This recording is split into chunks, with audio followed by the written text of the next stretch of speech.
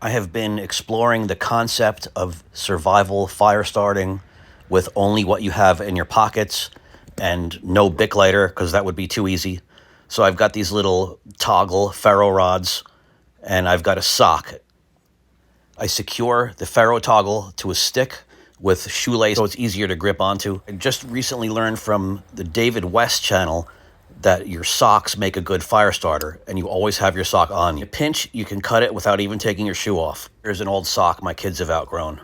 I'm gonna prepare the sock by shredding it with my knife to get a lot of these fine, fluffy fibers to catch the spark. It's November 13, 2025, and I'm in northern Maine. Look at these little bird tracks here. My goal today is to get ignition enough to light a little piece of birch bark. I know I can light birch bark directly, but it takes a lot more processing. I'm using the saw on my Leatherman super tool. I'm going to show you all the scraping in real time so you understand what it takes. And I may have to stop and do a little processing in the middle of it. It was cloudy. The temperature was 31 degrees.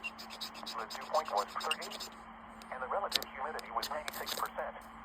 The pressure was 29.70 inches and steady. Through northern Maine, it was 32 at Greenville. At Frenchville, it was cloudy with a temperature of 29.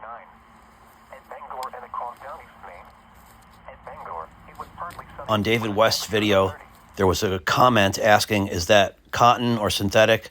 And David West's reply was, it doesn't matter. So I guess either or a blend is no problem. So you just saw I got a little flame, but my birch bark was 2 feet away, and in the time it took me to reach for it, that little flame went out. So I've left it a lot closer. And I'm just going to use the teeth on my saw to shred the cotton fibers a little bit. The video from David West, I think the title was A Fire Starter We All Have, or A Fire Starter We All Carry. Today was the first visible snow accumulation so far in this winter season. If you heard from the NOAA weather radio I was listening to, it's 96% humidity and 30 degrees Fahrenheit.